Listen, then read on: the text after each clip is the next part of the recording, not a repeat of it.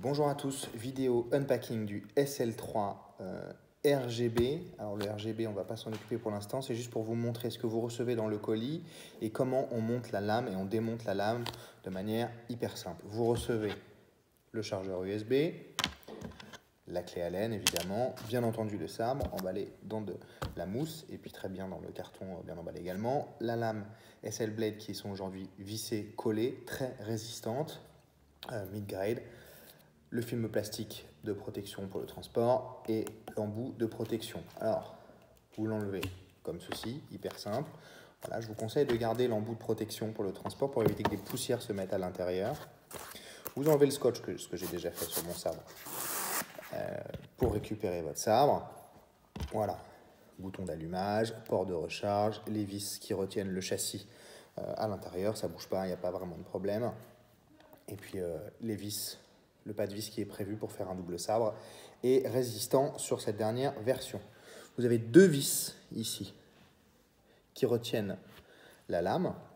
Il vous suffit, elles sont prévissées, hein. Il vous suffit avec la clé Allen de dévisser un petit peu. Voilà. Vous rentrez très simplement le sabre, voilà, jusqu'à la LED sans forcer. Et de la même manière, sans forcer, vous revissez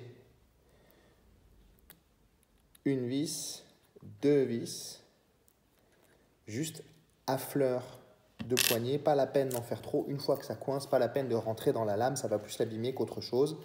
Ça reste du mid-grade, voilà, ça ne bouge pas, très très bien. Vous pouvez retirer le film, celle-ci je vais la garder. Voilà, vous allumez, très très bien. Tout se passe très bien, ils sont très résistants. Et vous restez appuyé pour éteindre. Quelques secondes, ça évite que ça s'éteigne en combat. Voilà. Bon, celui-là fait du son, c'est un RGB1 avec le flash and clash. Même opération à l'inverse pour retirer la lame. Vous dévissez les petites vis. Vous remettez votre capuchon, je vous ai dit, pour éviter les poussières pendant le transport. Voilà. Et petit conseil également, revissez un petit peu les vis dans le sabre pour éviter de les perdre tout simplement pendant le transport. S'il y a un souci, on en a de rechange et en général, on vous en envoie de rechange également. Voilà, merci beaucoup.